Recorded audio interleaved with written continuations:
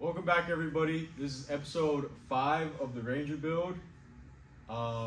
Today we're going to cover the shifter relocation kit. Like promised before, I didn't get too much footage of it. A lot of it was done on my own time, and I just kind of had to work on it here and there because it's frustrating work getting something dialed in that is brand new, you've never seen before. So we're gonna kind of show off the pieces first, and then I'm gonna throw it in the truck, and you'll get to see what it's like and how it works. So originally, I started out with this piece here, which is the shift linkage out of the transmission stock. And this little U-joint that I made was not here. It was actually this rod right here. That looks probably familiar to some of you, the standard Muncie shifter. So what I did was I cut that off. I made these little tabs for a 7/16 bolt to go through. And then I took that original shifter and I put 2 little pieces of tubing on the end. It also fit a 7/16 through. Now this wasn't the original piece that I started with. I started with a little piece of rebar. It's over here on the bench. But it was, I can flex out with my hands, and it was definitely flexing under the power of the torque between the transmission and the shifter. So I knew that that wasn't going to work. I had to go back to this, or not back to, but needed to use this in a different manner than it was set up before. So I just cut it, welded those on each end, and having that bend and also that probably like an extra 3/8 of material made it a lot more strong. So once I had that piece remade, it all got a lot sturdier. So this is the shifter. It's just a standard 1/2-inch piece of gas line with those same 7/16 bolt tabs for the what I would call like a spacer to go in. And what that does is when the shifter moves forward, it gives it rotation in that direction, that axis. So this gets bolted to a bracket on the floor, and this sits straight up and down, and it gives you this axis of movement. So when you combine the two, you get that X and Y to get your H pattern.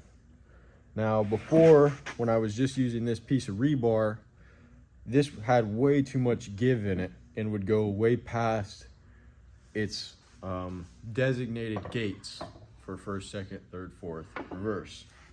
Once I put this piece in though, it was a game changer. It made it almost impossible to get it past where it needs to go, which is, if you've driven a standard car, you know, not normal. You know, that shifter's got a lot of play, and you kind of got to find the gears. This thing, complete opposite, it's notchy, exactly what we wanted. So gonna throw that in the car. You can also see exhaust pieces here. We are in the middle of working on the exhaust, so things are speeding up. I grew up under the notion of you never throw anything away, and that's super old school as far as, you know, a nut and a bolt combo. You don't throw it away because it's got a value.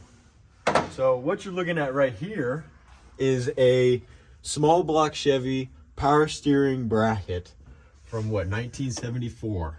Yes, sir. So, you know, Dax just pulled that off of his car, and it was about to get thrown right to the scrap pile until he was like, wait, you know, that looks a lot like a little shifter bracket.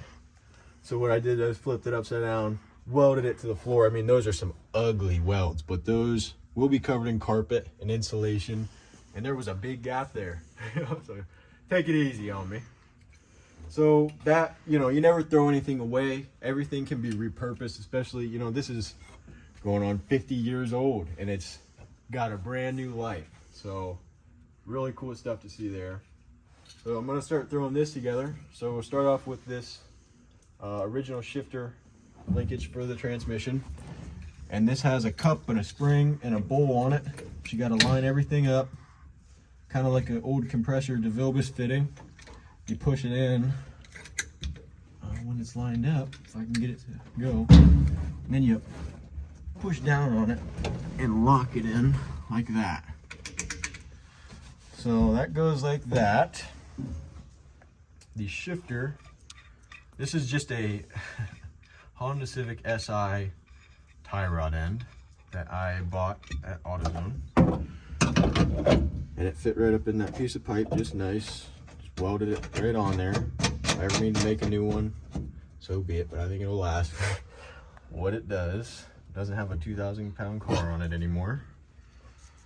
So that goes just like that. Tightens out with 17, very basic stuff.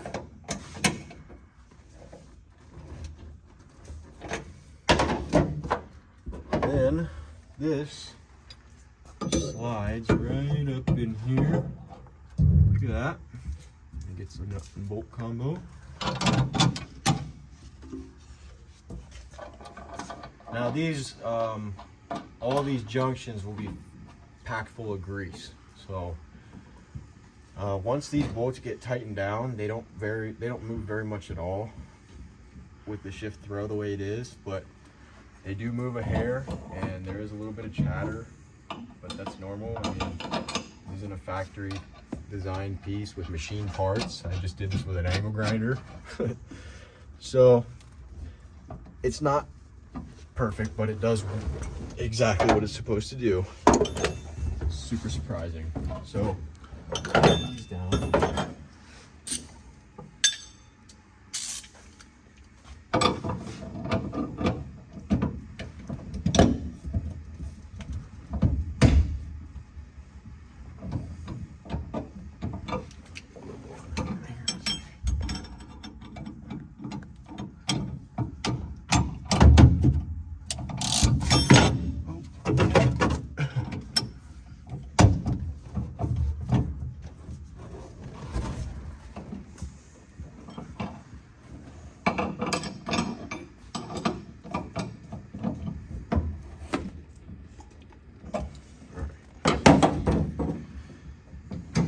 Well, that's neutral right there. So here's neutral. The shifter is sitting pretty much straight up and down. I'd like it to feel more like a car, so that's ideal. You know, they're always like a 90 degrees from your console. So here it is. There's first, so that you can see the throw is very minimal between first and the second. It almost is like I'm not moving my hand at all. I'm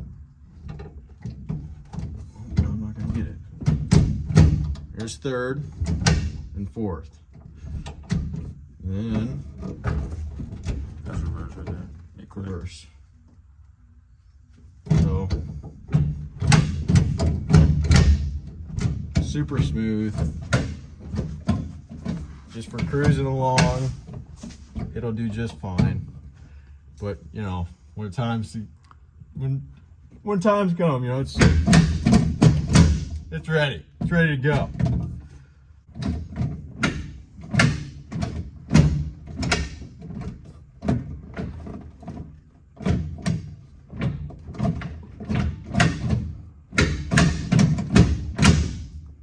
Okay, so you might be asking why we are doing this shifter relocation kit in the first place, when if we would have stuck with the stock one, it would have been like right about here. Well, short story, I originally planned on sticking with the plastic dash, and with that original shifter, it would be all kinds of issues. Have all kinds of issues. So what I ended up doing was taking that out and making this guy. I think we've covered a little bit of it before, but it can finally do this on its own. Oh my goodness. So like that's huge right there. Go ahead, get in there.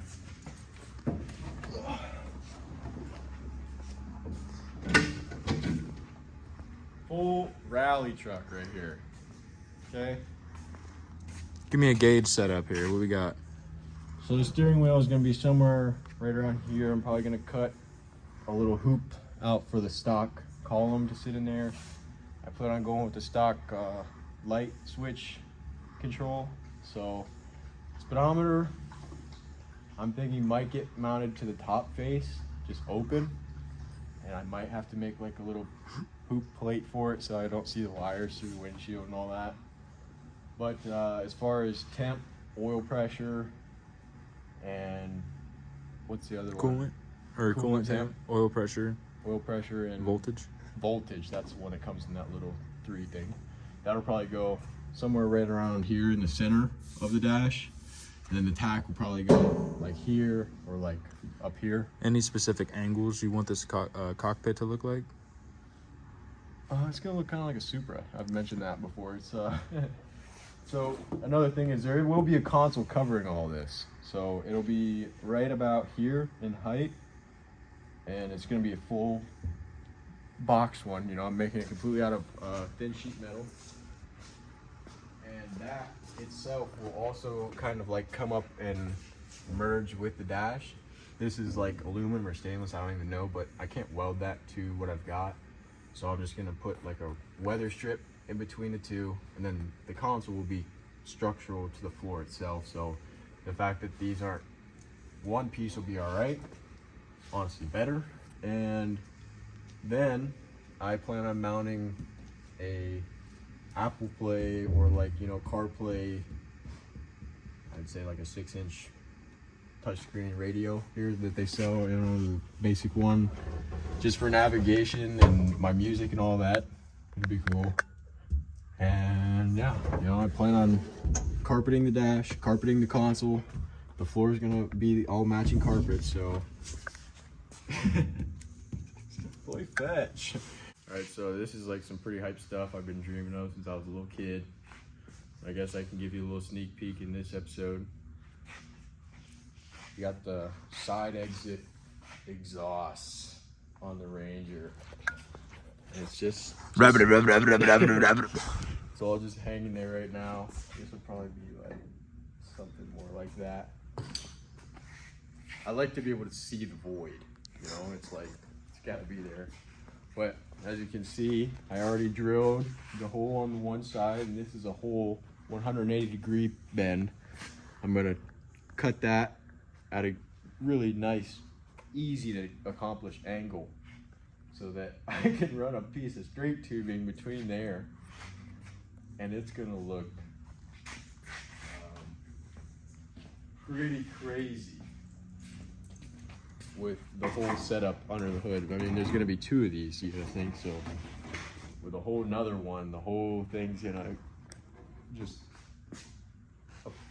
visually change. It's gonna have a whole new appearance. So a little sneak peek for you. Hopefully next episode we get to hear what that exhaust sounds like. So stay tuned.